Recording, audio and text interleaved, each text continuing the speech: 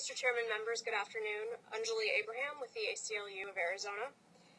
We are opposed to both Senate Bill 1308 and Senate Bill 1309.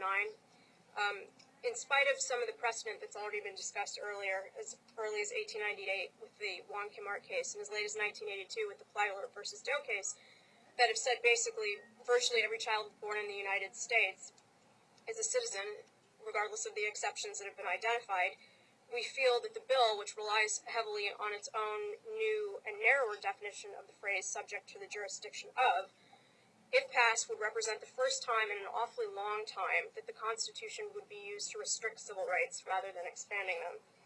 We're also concerned that the birth certificate provisions would end up penalizing newborns for something they didn't do and something over which they had no control, and that we'd end up with a two-tier system memorialized in a birth certificate that follows you throughout life based entirely on the circumstances of your birth.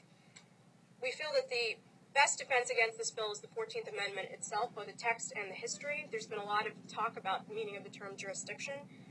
We would reject that the term jurisdiction means allegiance. The drafters could have used that term and set up the necessary criteria to demonstrate allegiance, for example, an oath, but they didn't do that. They chose instead, as Senator Driggs pointed out, to focus on the children, not even the parents, and the place of the children's birth, namely the United States.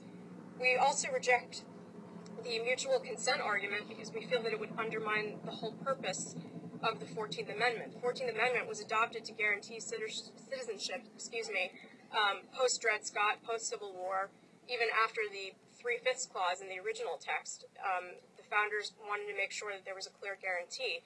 If Congress was able to strip citizenship, either by refusing to give consent to the parents, or even worse, taking away consent later on, it would undermine, we believe, the purpose of the 14th Amendment.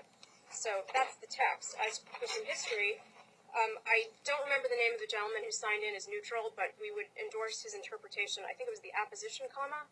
Sorry, I don't know the term. But as to Senator Howard's comment, this will not, of course, include persons born in the United States who are foreigners, aliens, who belong to the families of ambassadors or foreign ministers.